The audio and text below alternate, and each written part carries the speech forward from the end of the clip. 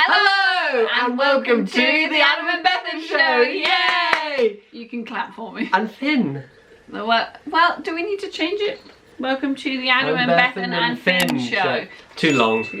We did our pregnancy Q&A way back when. When you were pregnant? Yes, when I was pregnant. And we had a lot of people saying that they found it really helpful. We found a lot of people didn't know a lot of the stuff that we didn't know. Yeah. So it was a nice learning experience. So I went to the people of Instagram and I said, well, hey, if you found that one helpful, then we could do one about labour and having a newborn. And how much pain I went through. And how, Zero. And how troubling it was for me. Zero. So first off is, tell us about your labour. I'm going to leave that until the very end, right? Right. So that if you are pregnant right now, or are a bit squeamish, or don't really fancy hearing about horrible things, then they can stop watching the video before we tell the story. Yeah, I guess so, yeah. Tips for keeping a positive mindset during labour. Oh, baby! One thing I'd say, and that I kept saying to Bethan, was just remember why you're here. Remember that it's all worth it. Oh, baby. For him. So something that super helped me was the Positive Birth Company. We signed up for the hypnobirthing classes and I got the book as well.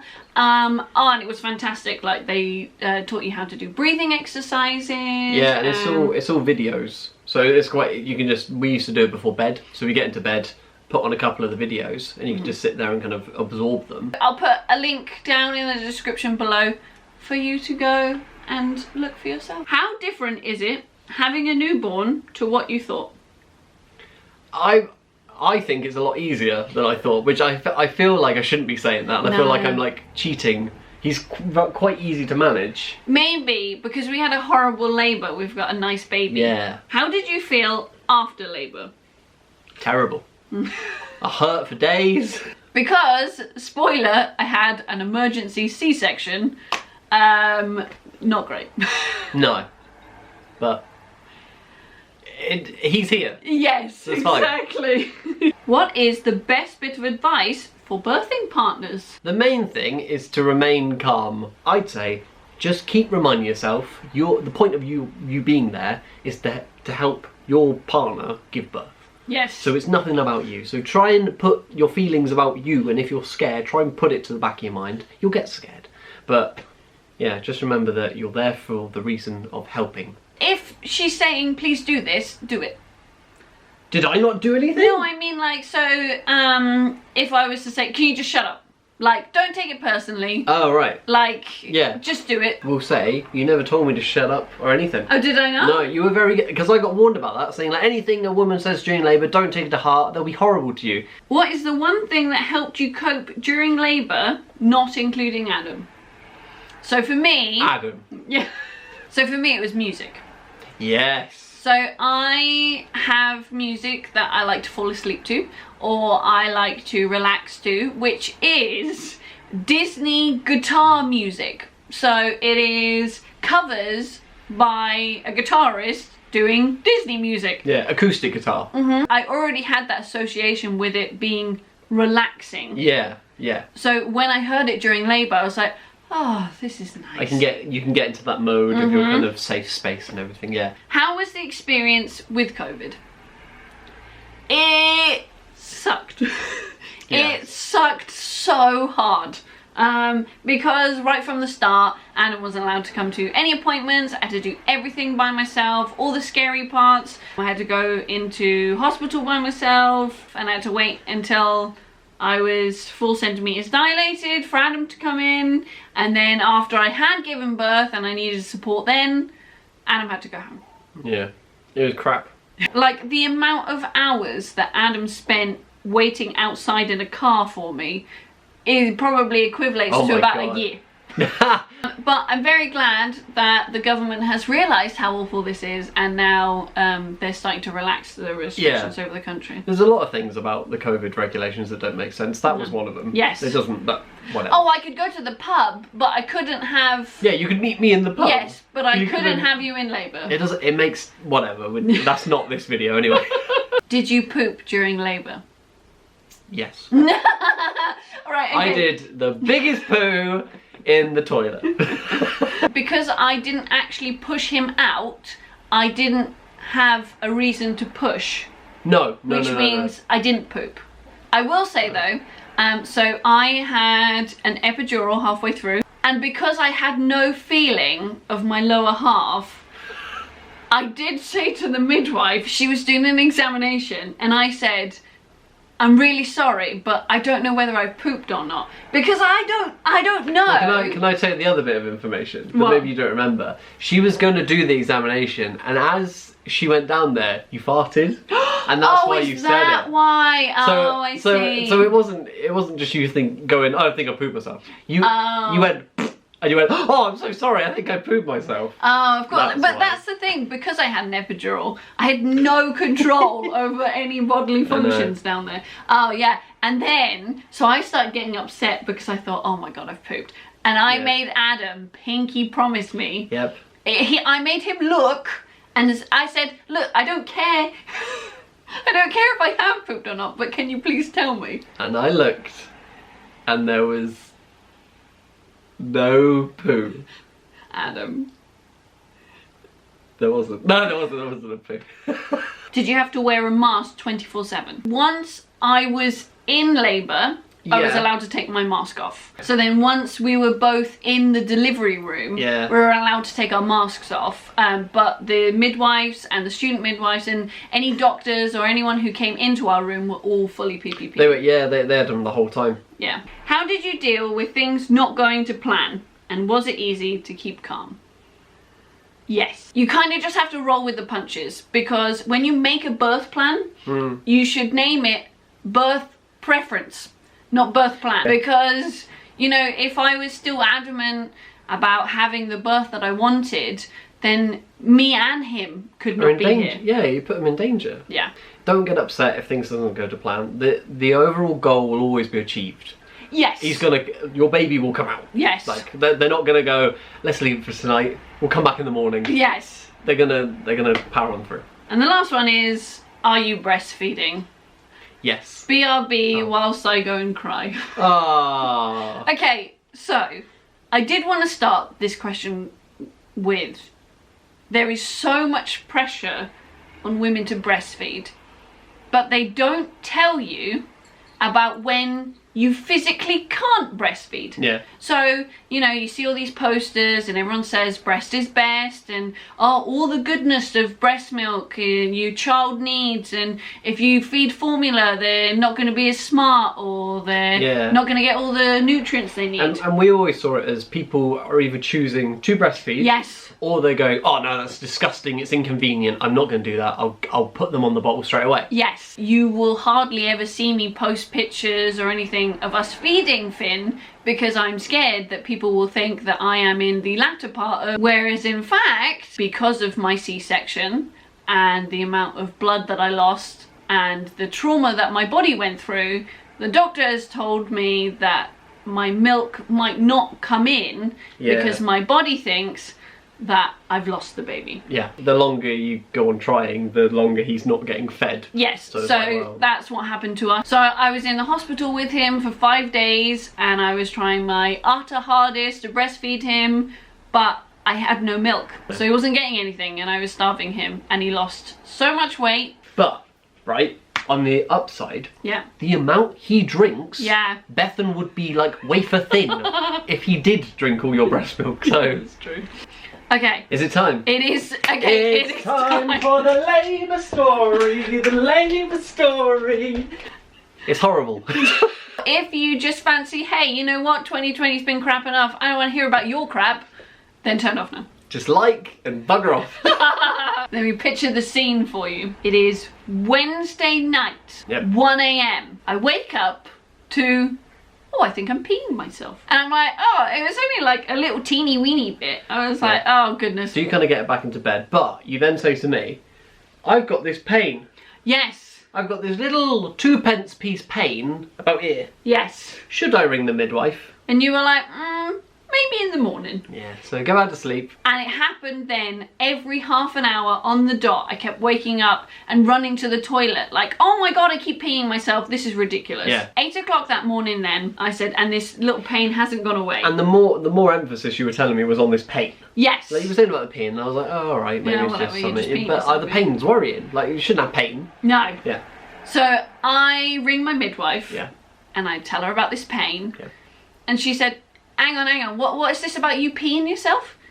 And I was like, oh, it's fine. And she was like, well, you need to come to the hospital. She didn't even care about this pain. The hospital that we were planning on giving birth, we were going to have a natural water birth with only gas and air. Sounds relaxing, doesn't it? It does. So I get down to the hospital and she inspects me and says, I think your waters might have broken. Oh, lovely. And I was like, but it was only just little peas. She said, well, no, because there's front waters and back waters. But she said, it might be an infection. Either is not good. Looks like I'm gonna have to be induced. So that means they kind of kickstart stuff for you. Yes. Yeah. So she rings about an hour later. Yeah. My induction was booked for 7 a.m. the following morning. So Thursday morning now. Yeah. 7 a.m. we turn up at the Royal Gwen. So the midwife finally turns up and she does her inspection on me. Hey, did you know that you're 2 centimeters dilated? Yeah, you're in labor. I was like, oh, okay. Goody. That's cool. Woo. But she said because it's been over 24 hours since my back waters broke, Yeah. then they would need to break my front waters Yeah. for me. So when your waters break, you have a maximum of 48 hours. 48 hours. To get the baby out. Yes. Or else, it's super dangerous. Yeah, and there's So- like a really high risk of infection. Yes. This is when they were like, hey, you can bring your husband in now. Yay! But Oh. you've got to wait for a birthing room to be free because they're all full. That'd be like 5 minutes, wouldn't it?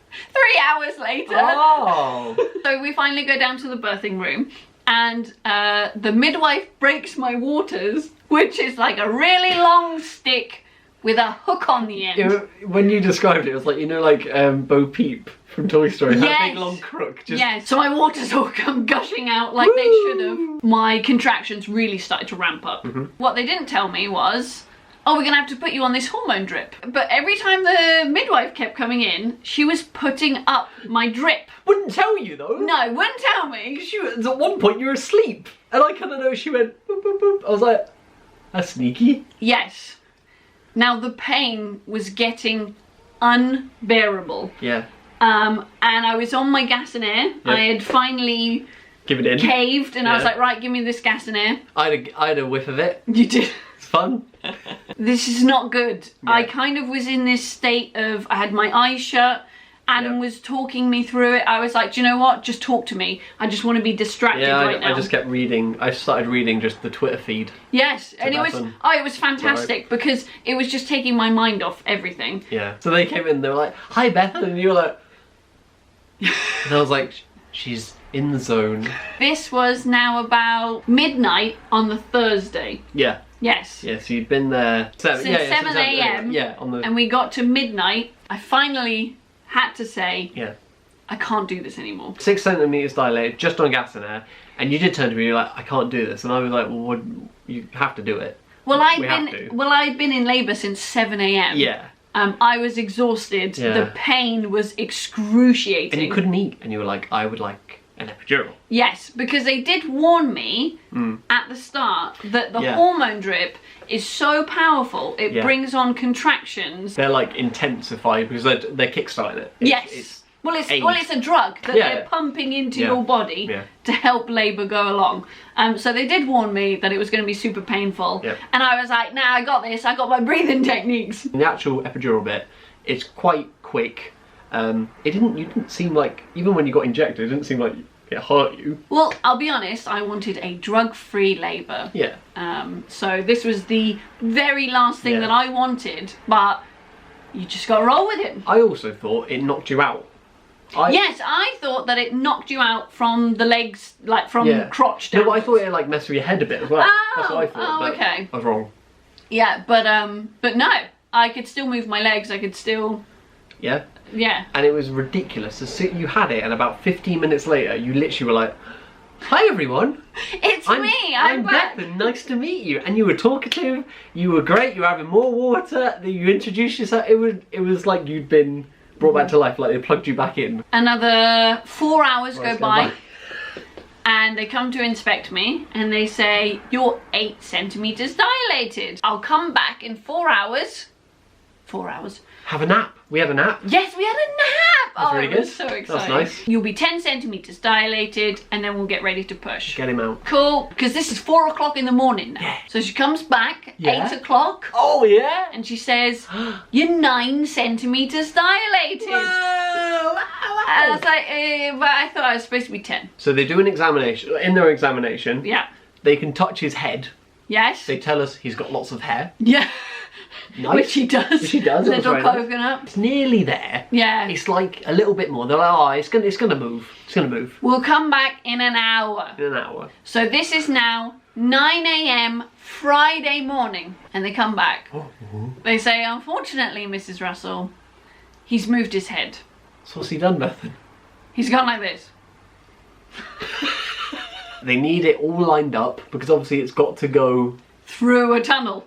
And if he's gone, It's just not, yeah, they said it's not going to happen. No. And they said that his heart was dropping because he was in stress. yeah, My body had gone into stress. yeah. We need to get you in the operating theatre Yeah. right now. So what they said, Hi, baby. So that's when they told Adam to scrub up. I got some scrubs. Yeah, you got a nice pair of Crocs as Got well. this pair of Crocs, got a hairnet, Yeah. got a mask. It was great. So I got wheeled into the theatre and they said because it was an emergency C-section, they couldn't give me the proper drugs that normal ladies get given for cesareans. Great. So they're just about to start the operation and they said, hey, just a heads up, is this painful or uncomfortable? Let us know. Not really sure what the difference is. What's that?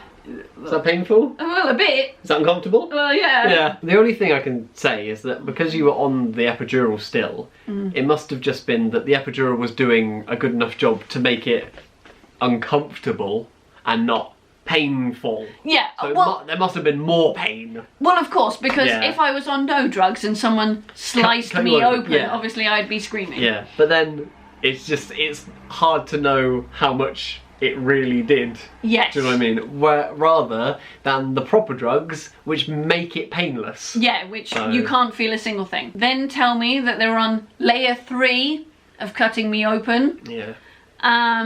And when they go in to pick Finn up, it feels like someone was doing the washing up inside me. It was what I can describe as living hell.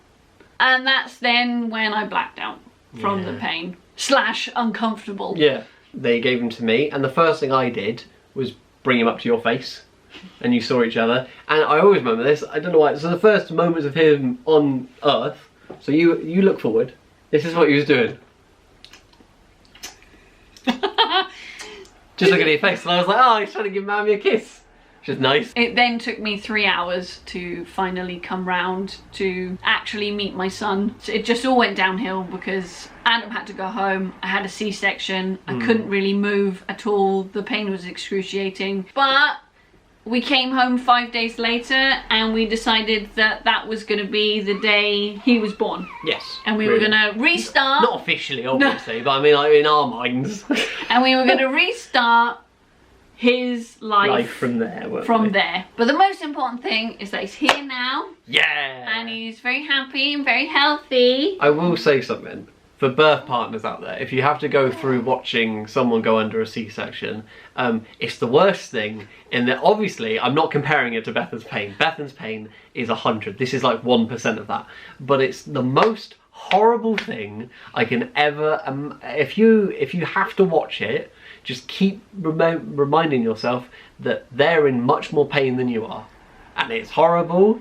And it's heartbreaking, and I'm glad you kind of blacked out because I cried so much, terribly. It was quite funny at one point, my mask was covered in snot and tears, and I had a new mask, they gave me a new one. Keep reminding yourself, you have to be strong, you have to just get through it. Got to wear scrubs, so that's cool. And I love Scrubs, the TV show, so Well, there you I go. felt like I was part of the show. Part of the show. So I hope that's helped some of you. At the end of the day, he's here. He's here. I'm now 6 weeks postpartum and my wound is healed. I'm starting to feel a bit more like me. Yep. The thing I will say, as much and as horrible as COVID was, being home together has been very nice. Yeah, very, because very nice. Adam would have had to be back in work after 2 weeks. And I would have missed 8 hours a day with my son. And I've had 8 hours a day with my son. Exactly. And you too. So, that's it from us. And thanks for watching the Adam and Bethan Show. Yay! Yeah! Bye! Yeah!